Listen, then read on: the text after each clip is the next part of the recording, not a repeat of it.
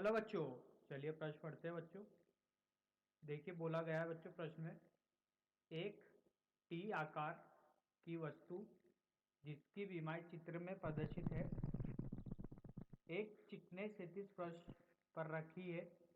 एक बल F A B के समानांतर बिंदु P पर इस प्रकार लगाया जाता है जिससे कि वस्तु बिना घूर्णन के केवल रैखिक गति करती है। C के सापेक्ष P की स्थिति होगी। तो देखिए बच्चों, प्रश्न के लिए मुख्य अवधारणा की चर्चा करते हैं। मुख्य अवधारणा तो देखिए बच्चों,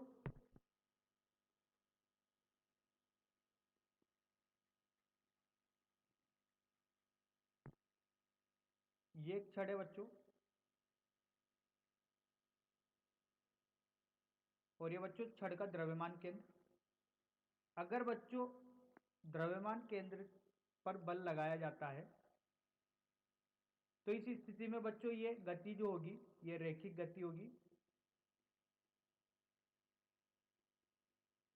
द्रव्यमान केंद्र पर जब बल लगाया जाएगा तो ये गति सिर्फ रैखिक गति होगी, लेकिन अगर इसके अलावा किसी भी और बिंदु पर बल लगाया जाता है तो बच्चों ये इस बिंदु के सापेक्ष क्या करने लगेगी बच्चों, घूर्णन गति करने लगेगी।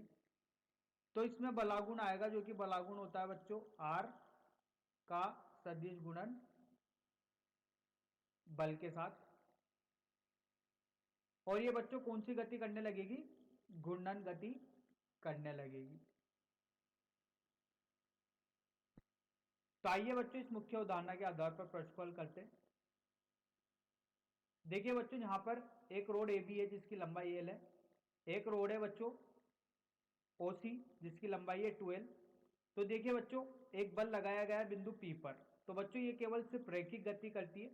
तो इसका मतलब बिंदु पी जो कि इसका द्रव्यमान केंद्र है, ठीक है, द्रव्यमान केंद्र पर लगा रहा है, इस वजह से केवल क्या कर रही है, घूर्णन के केवल रैखिक गति करती है, घूर्णन गति नहीं करती।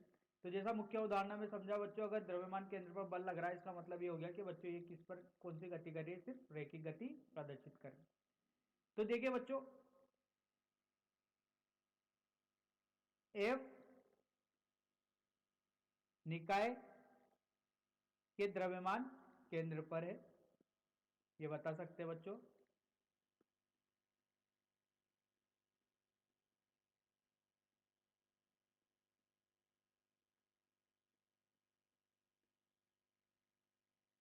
और बच्चों यहां से बोल सकते हैं कि माना प्रति एकांक लंबाई का द्रव्यमान, प्रति एकांक लंबाई का द्रव्यमान m है। बच्चों ये दो छड़े ए बी और ओ सी, इसमें द्रव्यमान माना बच्चों प्रति एकांक लंबाई का m माना है, क्योंकि लंबाई l दे रखी है, इधर लंबाई 12 दे रखी है। तो ए बी का द्रव्यमान होगा बच्चों m1, ये होगा बच्चों m गुणा l, कुल द्रव्यमान हो जाएगा बच्चों। इसी तरीके से बच्चों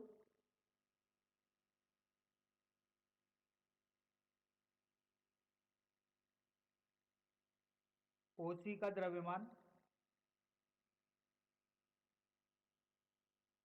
ये होगा m2 बराबर m गुणा 2l। अब देखिए बच्चों, यहां से देखिए ये जो देखते हैं, ये दूरी PD, इसको x लेते हैं बच्चों, और ये पूरी दूरी बच्चों क्या है, L है। ये रोड का मध्य बिंदु है बच्चों, ये दूरी है। तो बच्चों ये कितनी हो गई, L ऋण x हो गई। O से P तक की दूरी बच्चों, O से P तक की दूरी हो गई ऋण L ऋण x। और बच्चों PD माना, PD जो दूरी है ये x है। अब देखिए बच्चों आगे की ओर P पर आघूर्ण निकालते हैं बच्चों, बिंदु P के सापेक्ष आघूर्ण निकालते। तो देखिए यहाँ पर रहा है बच्चों बिंदु P जहाँ पर बल लग रहा है, इसके सापेक्ष अगर आघूर्ण निकालेंगे तो बच्चों जो भी दूरियां नापी जाती है वो केंद्र से नापी जाती है। दो द्रव्यमान है, ये m1 है और ये m2 है, इसकी लंबाई ये l है, और अगर इसके द्रव्यमान या इसके केंद्र से देखा जाए दूसरी छड़ के तो ये लंबाई होगी l ऋण x। तो देखिए बच्चों यहाँ पर P पर अगर आघूर्ण लिखते हैं तो देखिए ये होगा m1 गुणा x बराबर होगा बच्चों, सॉरी बच्चों, m1 गुणा l ऋण x। तो देखिए बच्चों m1 के सापेक्ष से दूरी होगी बच्चों l ऋण x, ये बराबर होगा बच्चों m2 गुणा x। तो बच्चों ये बल जो यहाँ पर लग रहा है इसकी दूरी m1 से l ऋण x है, और m2 के लिए बच्चों ये दूरी कितनी है, x है। तो लिखा बच्चों यहाँ पर मान रखने पर देखिए अब m गुणा l, m1 का मान रखा तो ये होगा ऋण l ऋण x बराबर 2m l गुणा x। तो l ऋण x, m l से ml कट गया बच्चों, तो ऋण l ऋण x बराबर होगा बच्चों 2x। तो l बराबर होगा बच्चों 3x, x बराबर होगा बच्चों l बटा 3। तो देखिए बच्चों C के सापेक्ष P की स्थिति, तो C के सापेक्ष बच्चों P की स्थिति निकालनी है, तो अभी बच्चों जो x का मान आया है मतलब P से D तक की जो दूरी आई है ये आई है बच्चों l बटा 3। अब बच्चों C के सापेक्ष P की निकालनी थी, तो देखिए ये पूरी दूरी निकालनी है ये वाली।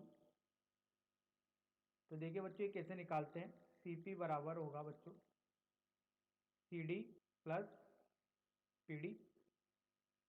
तो CD कितना है बच्चों L, ये धन होगा L बटा 3, तो ये होगा बच्चों 4L बटा 3 के। तो देखिए बच्चों CD, ये रहा C और ये रहा D, ये थी बच्चों L, इसमें से ये x L बटा 3 जोड़ देंगे तो बच्चों C के सापेक्ष D की दूरी आ चुकी है, C P, ये बच्चों P बिंदु है, और PD L बटे 3। तो आशा करता हूँ बच्चों आपको ये हल समझ में आया होगा। धन्यवाद।